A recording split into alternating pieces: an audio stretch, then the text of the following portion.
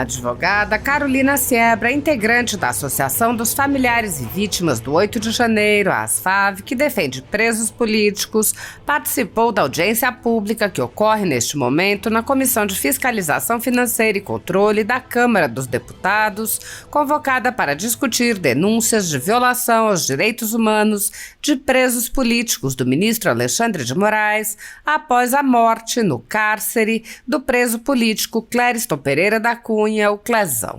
A advogada respondeu ao vice-presidente da OAB Nacional, que havia falado pouco antes e havia dito que a OAB trabalha pelas prerrogativas dos advogados. Siebra fez um duro discurso sobre as responsabilidades de todos os que vêm se omitindo, inclusive a Ordem dos Advogados do Brasil. Carolina Siebra disse: "Lamentavelmente, chegamos a este dia com o falecimento do Clezão. O Clezão foi um marco nesse processo. Ele foi um marco porque ele jogou na cara da sociedade o que está acontecendo com os presos do dia 8 de janeiro, com comorbidades, com um laudo da médica do SUS que disse que o manter preso era uma sentença de morte, e o ministro deu essa sentença." Siebra lembrou que a ASFAV recebe continuamente denúncias das violações de direitos dos presos do 8 de janeiro e apontou: "O Clezão veio a escancarar o que está acontecendo no STF hoje. Pessoas que têm pedidos de revogação de prisão que não são analisados." Ela ponderou que vários pedidos que estavam parados foram encaminhados à PGR após a morte de Clezão e que houve mais manifestações por solturas, e acrescentou: "E o ministro não solta. O ministro continua fingindo que não está vendo o que está acontecendo."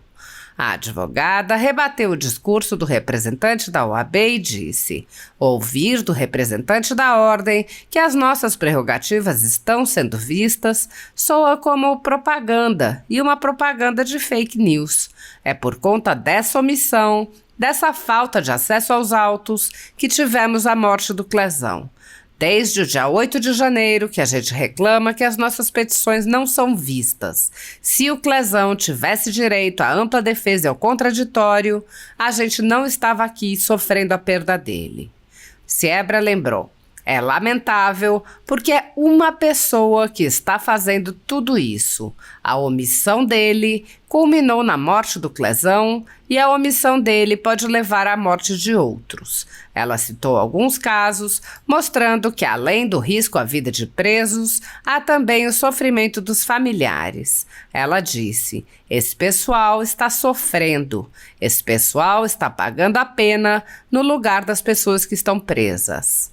A advogada apontou: "Precisou o Clezão morrer para que os processos começassem a andar, para que os advogados começassem a ter voz, que a OAB notasse?" Ela questionou: "Por qual motivo se esperou 11 meses para se falar de prerrogativas, 11 meses para se falar de cerceamento de defesa?"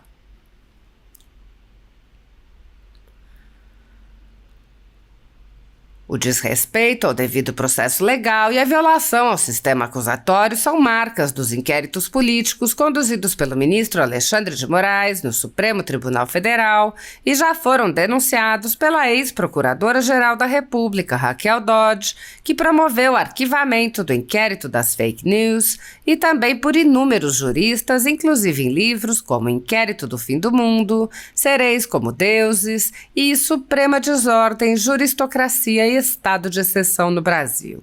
O ministro Alexandre de Moraes já foi chamado de xerife pelo então colega Marco Aurélio Mello pelos excessos cometidos em seus inquéritos, e o ministro Cássio Nunes Marques consignou em voto as violações de direitos nas prisões em massa ordenadas por Moraes. Apesar das constantes denúncias, o Senado brasileiro segue inerte, graças ao seu presidente, Rodrigo Pacheco, que engaveta todos os pedidos de impeachment de ministros das Cortes Superiores que chegam às suas mãos. Apoiadores do ex-presidente Jair Bolsonaro e pessoas que apenas têm um discurso diferente do imposto pelo cartel midiático vêm sendo perseguidos, em especial pelo judiciário. Além dos inquéritos conduzidos pelo ministro Alexandre de Moraes no Supremo Tribunal Federal, também o ex-corregedor do Tribunal Superior Eleitoral, Luiz Felipe Salomão, criou seu próprio inquérito administrativo e ordenou o confisco da renda de sites e canais conservadores, como a Folha Política. Toda a receita gerada pelo nosso jornal desde 1º de julho de 2021 está bloqueada por ordem do TSE, com aplauso dos ministros Luiz Roberto Barroso, Alexandre de Moraes e Edson Fachin.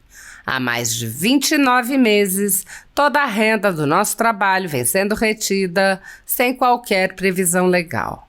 Sem a possibilidade de receber a renda de seu trabalho, o jornal corre o risco de fechar. Se você apoia o trabalho da Folha Política e pode ajudar, use o QR Code que está visível na tela para doar qualquer quantia ou use o código ajude@folhapolitica.org. Caso não utilize Pix, há a opção de transferência bancária para a conta da empresa Raposo Fernandes, disponível na descrição deste vídeo e no comentário fixado no topo. Há mais de 10 anos, a Folha Política faz a cobertura da política brasileira, mostrando atos, pronunciamentos e eventos dos 3 poderes, quebrando a espiral do silêncio imposta pelo cartel de mídia que quer o monopólio da informação. Pix ajude@folhapolitica.org. Assista. Não, depois. A doutora Carolina Siebra, que é advogada da Associação dos Familiares e Vítimas do 8 de janeiro. Bom dia a todos. Quero cumprimentar a deputada Bia Kicis e agradecer por essa audiência pública. Carolina, você me dá só um segundo, desculpa te interromper, Tá. mas é porque eu preciso registrar aqui a presença desse grande senador, o senador Eduardo Girão, que é uma pessoa que honra a cadeira do Senado. Ele representa, eu tenho certeza, não só os brasileiros do seu estado do Ceará, mas os brasileiros de todo o Brasil. Parabéns pela sua atuação, sempre firme, corajosa, e muito obrigada por estar aqui conosco.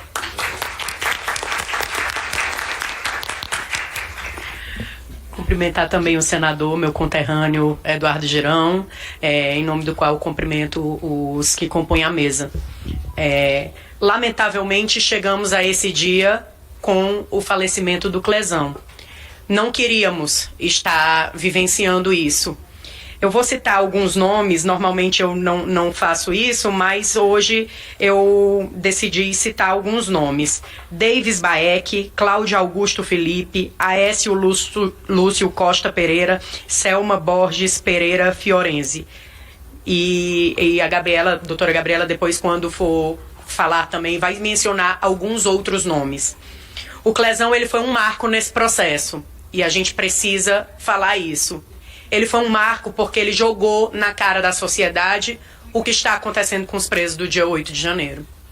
Clezão com comorbidades, com um laudo que era definitivo, que a médica do SUS dizia que estar preso era uma sentença de morte para ele, foi sentenciado dessa forma pelo ministro Alexandre de Moraes, que o manteve preso, mesmo com 8 pedidos de prisão e mesmo com parecer favorável da dona da ação penal, que é a PGR. Igual o Clezão, temos vários outros. Deixaram o Clezão morrer. Essa é a realidade. E a gente aqui, enquanto associação dos familiares e vítimas, que recebemos dioturnamente mensagens de familiares dos 4 cantos desse país, cada um relatando os problemas graves de saúde que os seus familiares têm, alguns deles que estão presos desde o começo do ano, sem ter nem denúncia da PGR, sem ter nem motivos para estarem presos, porque alguns deles a Polícia Federal concluiu no seu laudo que não havia materialidade, que aquelas pessoas não tinham cometido crimes, e elas continuam presas. E aí o Clezão veio a escancarar o que está acontecendo no Supremo Tribunal Federal hoje. Pessoas que têm pedido de revogação de prisão que não são analisados. E eu digo que ele é um marco porque, magicamente, após o falecimento do Clezão, as pessoas que tinham pedido de revogação de prisão foram encaminhadas esses pedidos para a PGR analisar. E muitos deles hoje estão com parecer de soltura favorável da PGR. E o ministro não solta. E o ministro continua fingindo que não está vendo o que está acontecendo. Hoje, aqui em Brasília, temos mais de 40 pais de família que estão nessa condição. Temos pessoas que já tiveram as suas sentenças, mas essas sentenças sequer foram publicadas e essas pessoas seguem presas. E ninguém fala nada. E a OAB se manifesta aqui, eu quero agradecer a presença, né? Afinal de contas, por muitas vezes a gente esteve aqui e a OAB não esteve. Eu quero agradecer a presença e o ato de coragem, mas eu sinto dizer que a OAB continua omissa. O vice-presidente veio aqui, a gente acompanhou ele fazendo propaganda de um trabalho que a gente desconhece enquanto advogado militante. Enquanto advogado que vai bater na porta do STF para pedir para o nosso cliente ter direito a trabalhar. Não é pedir para ele ir para uma festa de família ou coisa do tipo. É ter direito de trabalhar, um direito à dignidade da pessoa humana. E quando a gente chega na porta do STF, no gabinete do ministro Alexandre de Moraes, você não pode subir. E a OAB hoje não pode dizer que não sabe dessa situação. Porque toda vida que nossas prerrogativas são violadas, a gente manda um e-mail para a OAB. Se procurar, tem vários e-mails, não só da ASFAV, como do Dr. Ezequiel, como o meu. E o último e-mail que eu mandei reclamando exatamente sobre isso, que eu não poderia subir no gabinete do ministro Alexandre de Moraes. E acreditem que é só no gabinete do ministro Alexandre de Moraes, porque todos os outros, o advogado tem livre acesso. Eles me responderam um e-mail, mas a doutora mandou um e-mail marcando. Mande um e-mail que a doutora mandou marcando. O Estatuto da OAB, ele é claro no seu artigo 7º, inciso 4º, que eu não preciso bater na porta de repartição pública para ser atendida. Eu tenho livre acesso. E a minha palavra tem fé pública. Isso daí é de conhecimento quase de toda a população. E mesmo assim eu tenho que provar o que eu estou falando. Se eu estou reclamando de prerrogativas, e aí me vem o doutor Rafael, eu sinto muito, doutor Rafael, mas não está servindo para os advogados do dia 8 de janeiro. Advogados que dioturnamente reclamam também sobre essa falta de acesso aos autos. Inquérito 4781, que é o inquérito das fake news, inquérito 4879, que foi onde trouxe todo esse pessoal para responder no Supremo Tribunal Federal. Ninguém teve acesso até hoje. E quando você liga lá para o gabinete do ministro, ele diz, não, é porque já não faz mais parte do processo de vocês, esse inquérito foi desmembrado. Foi desmembrado em vários outros. Começou no 4879, que a gente até hoje não tem acesso. E aí, ouvir do representante da ordem que as nossas prerrogativas estão sendo vistas, pra gente soa como uma propaganda, e uma propaganda de fake news, né? Digamos assim, é uma fake news clara. Se alguém deveria ser incluído em algum inquérito de fake news, esse alguém deveria ser essas pessoas que mentem descaradamente, enquanto temos advogados aqui que sabem o que estão passando. E é por conta dessa omissão, dessa falta de acesso aos autos, que tivemos a morte do Clezão. E não me digam que não foi, porque não tem como. Desde o dia 8 de janeiro que a gente reclama que as nossas petições não são vistas. Se o advogado do Clezão tivesse o direito à ampla defesa e ao contraditório, se Clezão tivesse o direito à ampla defesa e ao contraditório, a gente não estava aqui sofrendo com a perda dele. Porque perder o Clezão é como tivesse perdido alguém da nossa família também. Não tem como a gente deixar de sentir. Não tem como a gente deixar a indignação pra lá. Pelo Clezão, pelas filhas dele, pela esposa dele, a gente vai aonde a gente precisar ir. Se a gente já iria antes, agora é que a gente vai mesmo. E a gente luta hoje não só pela história do Clezão, que ele permaneça vivo. Porque alguns acompanharam a blusa que ele guardou para sair, que a blusa dele dizia, eu sobrevivi. E infelizmente a gente entregou a blusa vazia para a família. E isso é lamentável. Isso é lamentável porque é uma pessoa que está fazendo tudo isso. É uma pessoa só. E essa pessoa ela precisa ser responsabilizada por omissão. A omissão dele culminou na morte do Clezão. E a omissão dele pode culminar na morte de vários outros. Nós temos o seu Jorginho. Seu Jorginho todo dia fala. O STF está avisado. Ele passou por uma junta médica. Todo mundo do gabinete do STF sabe, do gabinete do ministro Alexandre de Moraes. Vão esperar acontecer? Vão esperar acontecer para depois dizerem para mim que liguei para lá avisando que não sabiam?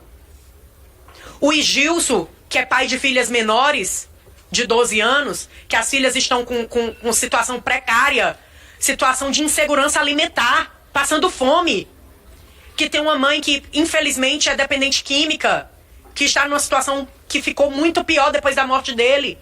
Esse pessoal está sofrendo. Esse pessoal está pagando a pena no lugar das pessoas que estão presas. E a gente sabe que a nossa Constituição não permite isso. A gente sabe que... Aí agora, como eu falei do marco do falecimento do Clezão, várias pessoas, vários advogados, no recebimento da denúncia, impetraram agravo. E ontem, esse agravo foi colocado para julgamento. Precisou o Clezão morrer para que os processos começassem a andar? Que as doenças das pessoas começassem a ser vistas? Que os advogados começassem a ter voz? Que a OAB notasse? Ou a fala do presidente da OAB, que muito nos alegrou, mas a gente também não pode ser inocente, foi uma fala política, porque sabe que as eleições da OAB estão se aproximando e que esse pessoal que virou as costas pra gente vai ter que responder na época das eleições. Por quê? Por qual motivo se esperou 11 meses para se falar de prerrogativas, 11 meses para se falar de cerceamento de defesa? Precisamos que a morte do Clezão não seja esquecida. E precisamos de justiça, não só para o Clezão, como para os outros. E eu encerro a minha fala dizendo uma coisa que eu sempre falo desde o começo, e quem acompanha as minhas falas sabe. A gente não está pedindo privilégio para ninguém. A gente quer o devido processo legal. A gente quer que essas pessoas tenham o direito delas atendidos. E é isso. Obrigada.